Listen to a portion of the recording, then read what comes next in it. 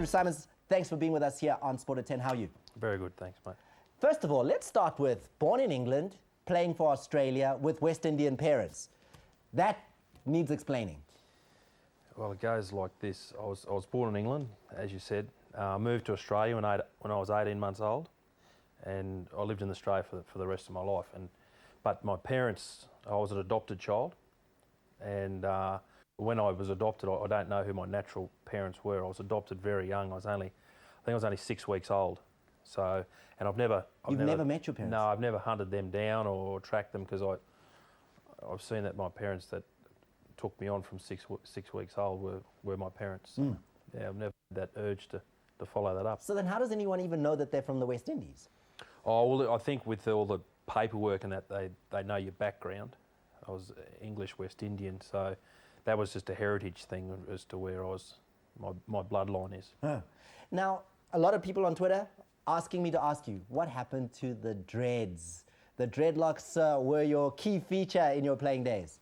Yeah, I was fortunate enough to do a fundraising thing for leukemia kids in Australia and the Royal Flying Doctors, who supply, first aid and medical treatment to the people in rural Australia. So we raised, quite a sum of money for those two organisations. So the dreadlocks went to charity? They went off for charity. All right, okay, that's a good reason to get rid of them. Not the wife or anyone saying, you got to get rid of them, I'm tired, you're getting old. Dreadlocks are for 20-year-olds. That's it. No, it wasn't for that.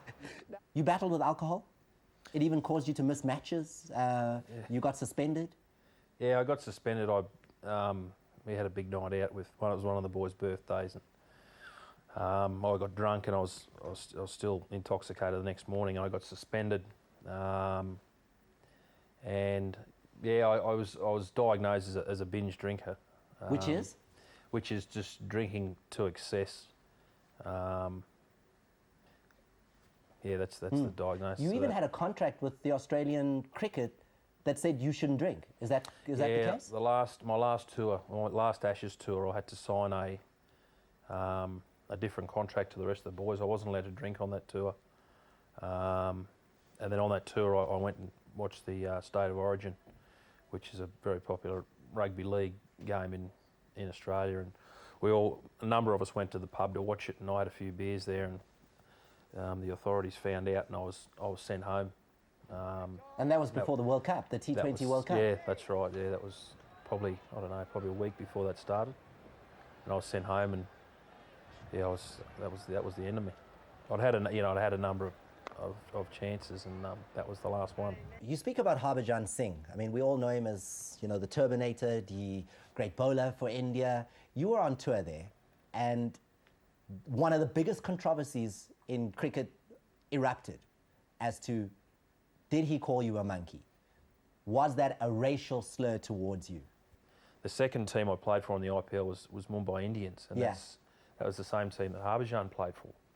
But and when I got there, he came to me one night and he said, "Look, I'm very sorry if I caused you and your family any heartache and problems." And he came to me and apologised, and that was I was over it before then anyway. But I think it was closure for him as much as anything to actually front me and say and apologise, and that was a pretty sort of gutsy thing to do, I think, because he could have just left it, but I could tell that he meant it. That he meant it, but I could also tell that it was playing on his mind the whole time. And when I arrived there, he was awkward. There was an awkward sort of a chemistry there.